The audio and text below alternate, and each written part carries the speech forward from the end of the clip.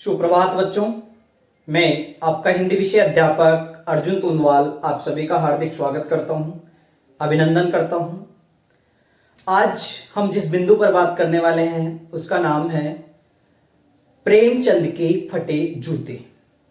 एक तरह से व्यंग्य निबंध है, पर नाम से ही पता चल रहा है प्रेमचंद के फटे जूते। मुंशी प्रेमचंद एक महान हिंदी साहित्य में महान कवि रचनाकार हैं। इनके बाद जितने भी साहित्यकार आए हैं लगभग इनके सामने कुछ नहीं है। तो हमारे जो इस पाठ के लेखक है हरिशंकर जी परसाई, जिनके बारे में मैंने आपको बताया था कि व्यंग्यकार हैं, प्रमुख व्यंग्यकार हैं, और प्रेमचंद के फटे जूते अर्थात प्रेमचंद के जूतों को देखकर उन्होंने व्यंग्य किया है। आज के जो रचनाकार है, आज के जो लेखक है, उनके ऊपर व्यंग्य किया है।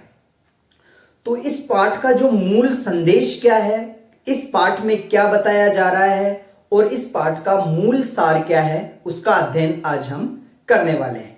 तो शुरुआत करते हैं सबसे पहले हरिशंकर परसाई जी की रचना प्रेमचंद के फटे जूते। ये एक व्यंग्य निबंध है। इस व्यंग्य निबंध में क्या बताया गया है? प्रेमचंद के फटे जूते को लक्ष्य कर आज के लेखकों पर व्यंग्य किया गया है। प्रेमचंद के जो फटे हुए जूते हैं उनको लक्ष्य करके आज के जो लेखक है उन पर व्यंग्य किया गया है। इसमें प्रेमचंद की सादगी के साथ एक रचनाकार की अंतर्वेदी सामाजिक दृष्टि का विवेचन करते हुए आज की दिखावे की जो प्रवृत्ति और अवसरवादिता है उस पर करारा व्यंग्य किया गया है। क्या लोग बाग दिखाना चाहते हैं, लोग बाग दिखाकर क्या प्रस्तुत करना चाहते हैं, उस पर व्यंग्य किया गया है। जो व्यक्ति समाज की कुरीतियों को ठोकर मारता है, उस व्यक्ति के साथ समाज क्या करता है, उसका मार्मिक वर्णन भी यहां पर किया गया है। तो कहने का मतलब क्या है कि प्रेमचंद को लक्ष्य बनाया गया है यहां पर हरिशंकर परसाई जी के द्वारा। हरिशंकर परसाई जी का जो ये पाठ है वह शुरुआत होता है प्रेमचंद की एक फोटो से, और उस फोटो को दीवार पर लगा देखकर प्रेमचंद की जो वेशभूषा है, जो उनका पहनावा है, उसको देखकर कवि हरिशंकर परसाई जी के मन में क्या प्रश्न उत्पन्न होते हैं उसके बारे में हम जान लेते हैं। तो शुरुआत इस पाठ की होती है, प्रेमचंद एक चित्र में दिखाई देते हैं। पति पत्नी दोनों साथ में खड़े हुए हैं।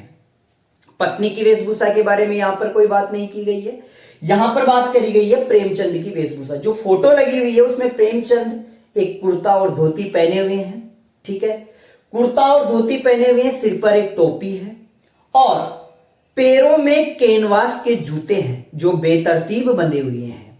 बेतरतीब बंधे हुए हैं, कैनवास का मतलब होता है एक विशेष प्रकार का मोटा कपड़ा होता है, कपड़े के जूते जिसे कह सकते हैं। और उन जूतों को बेतरतीब से बंधा हुआ पाया गया है किसमें? फोटो के अंदर। कहने का मतलब फोटो खिंचाते समय आदमी अच्छे से सज-धज के खड़ा होता है, अच्छे जूते पहनता है, अच्छे कपड़े पहनता है। आज के जमाने की बात नहीं है, ये प्रेमचंद के जमाने की बात है, लगभग 1900 के आसपास की, क्योंकि 1880 में प्रेमचंद का जन्म हुआ था। तो कैनवास के जूते पहने हुए हैं और वह बेतरतीब बंधे हुए हैं। अब उसमें भी एक और समस्या उत्पन्न हो गई है कि जो प्रेमचंद जूते पहन रखे हैं उसमें दाएं पैर का जूता ठीक है, बाएं पैर के जूते से उंगली बाहर निकली हुई है। कहने का मतलब क्या है कि वह वहां से फटा हुआ है और एक उंगली बाहर निकली हुई है। ये तो हो गया उनका चित्र का दृश्य। अब उसके बाद कवि क्या करता है? लेखक चिंता में क्यों डूब जाता है उसकी बात यहां पर की गई है कि प्रेमचंद के फटे जूते देखकर लेखक चिंता में पड़ गया। अगर फोटो खिंचाते समय पोशाक का यह हाल है तो वास्तविक जीवन में क्या रहा होगा? कवि कह रहा है कि अगर प्रेमचंद फोटो खिंचवाते समय इस स्थिति में है तो वास्तविक जीवन तो और भी खराब होगा उनका। तो परंतु फिर विचार आया कि प्रेमचंद अंदर और बाहर दोनों से एक जैसे हैं, दिखावे प्रवृत्ति पर वह ध्यान नहीं देते हैं। ऐसा इंसान वह नहीं है जो दिखावे की प्रवृत्ति दिखाना चाहिए। और आज का लेखक क्या करता है? आज का लेखक दिखावे की प्रवृत्ति पर ध्यान देता है। लेखक सोचने लगा कि प्रेमचंद हमारे वास्तविक पुरखे हैं, फिर भी उन्हें अपने फटे जूते जरा भी एहसास नहीं है, उनके चेहरे पर थोड़ी सी भी बेपरवाही नहीं है। कहने का मतलब क्या है, यहां पर कवि के मन में यह चिंता हुई है कि फटे जूते पहनकर कौन फोटो खिंचवाता है भाई। कहने का मतलब यह है कि उसके दिमाग में आई कि प्रेमचंद जैसे थे वैसे ही जीवन में लोगों को बताना चाहते थे। कहने का मतलब क्या है, सादगी पसंद जीवन थे। फोटो में व्यंग्य भरी हंसी। अब फोटो में भी हंस रहे हैं कौन, मुंशी प्रेमचंद। उस व्यंग्य भरी हंसी को देखकर कवि के मन में क्या विचार आता है। हैरानी की बात यह है कि फोटो में भी प्रेमचंद के चेहरे पर एक व्यंग्य भरी हंसी है। लेखक सोचता है कि प्रेमचंद ने फटे जूते में फोटो खिंचवाने से मना क्यों न कर दिया। फिर लगा कि शायद पत्नी का आग्रह रहा होगा। लेखक प्रेमचंद के दुख को देखकर रोना चाहता है, किंतु प्रेमचंद की आंखों का दर्द उसे रोक देता है। प्रेमचंद की आंखों का दर्द उसे रोक देता है। कहने का मतलब वह अपनी इच्छा से वहीं खड़े हुए हैं, न तो कोई पत्नी की इच्छा थी न किसी और की इच्छा थी। लेखक सोचता है कि लोग फोटो खिंचवाने के लिए कपड़े, जूते, क्या बीवी तक मांग लेते हैं, फिर प्रेमचंद ने ऐसा क्यों नहीं किया। आजकल तो लोग इत्र लगाकर फोटो खिंचवाते हैं ताकि फोटो में भी इत्र की खुशबू आ सके। गंदे आदमियों की फोटो भी खुशबूदार होती है। लेखक को प्रेमचंद का फटा जूता देखकर बड़ी ग्लानि होती है। अब देखो, ये चीज तो प्रेमचंद के ऊपर ले ली। अब लेखक खुद के जूते देखता है, लेखक के घिसे जूते।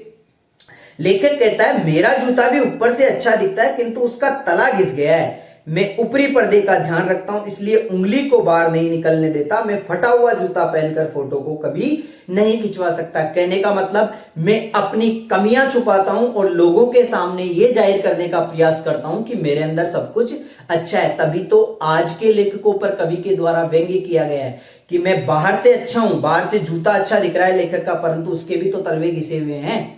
उसी पर व्यंग्य किया गया है। प्रेमचंद की व्यंग्य भरी मुस्कान का रहस्य। लेखक सोचता है कि प्रेमचंद की व्यंग्य भरी मुस्कान का रहस्य आखिर क्या है। क्या कोई हादसा हो गया है, क्या किसी होरी का गोदान हो गया। लेखक की रचनाएं हैं, गोदान, सेवाश्रय आदि बहुत सारी रचनाएं हैं, उन्हीं की बात करे गई है। तो क्या होरी का गोदान हो गया है, क्या हल्कू नामक किसान के खेत को नीलगाई ले गई, नीलगाई चर गई, क्या घीसू का बेटा माधव अपनी पत्नी का कफन बेचकर खा गया, या फिर लेखक किसी महाजन के तगादों से बचने के लिए दूर दूर के चक्कर काटता रहा। याद आया भक्त कवि कुंभन दास का जूता भी फतेहपुर सीकरी आने और जाने में घिस गया था। इसी तरह से लेखक यहां पर कुछ दिखावे की प्रवृत्ति नहीं कर रहा है। अब देखो जूते फटे का रहस्य क्या है।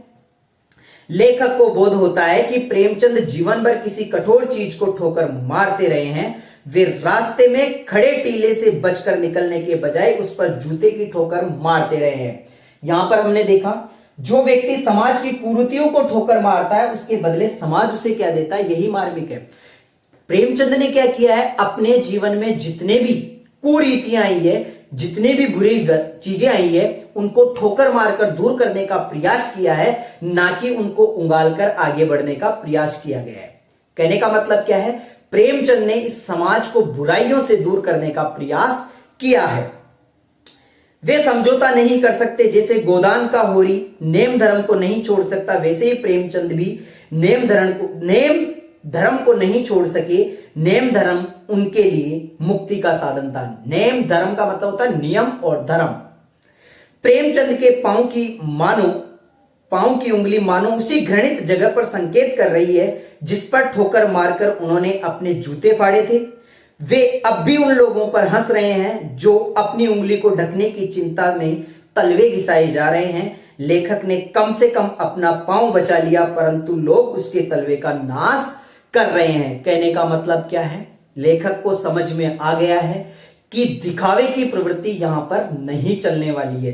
प्रेमचंद जैसे महान साहित्यकार ने भी इस समाज से बुराइयां और कुरीतियों को दूर करने का प्रयास किया है, तो हम इसको छुपाकर क्या कर लेंगे। इसी पर करारा व्यंग्य करते हुए ये पाठ लेखक के द्वारा लिखा गया है।